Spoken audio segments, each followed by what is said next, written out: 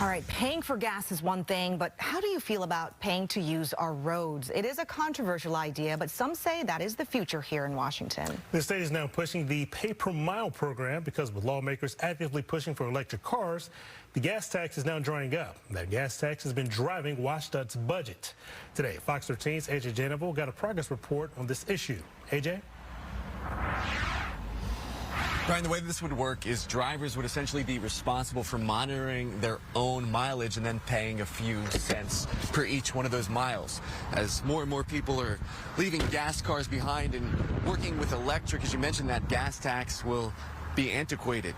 And so what the big question is, how will the state manage this change? According to AAA, Washington State has the highest gas prices in the country. I had to fill it up last week, and, it was $80. Patrick Barta says he splits his time between Kittitas County and King County. It's more than 100 miles getting back and forth, and in his 2004 truck, that gets pricey. But Barta says his family just went electric. So far, it's been perfect. And so much cheaper. With more and more people like Barta leaving behind the pumps for electric options, some Washington state lawmakers want a new money-making source. Historically, gas taxes have helped with road infrastructure in the state. The hope now is to charge you for every mile you drive. Tuesday, transportation officials looked at data for how that could work. More than 1,000 Washingtonians are already taking part in a road usage charge simulation where they report their driving habits. According to the data, 70% of the people involved said they were satisfied with the road usage charge process. However, it does not come without issues.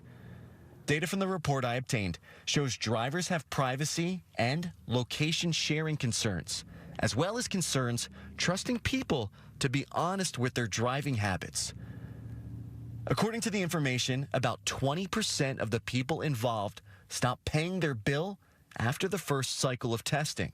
Questions also arise on how to deal with private road driving and out-of-state driving.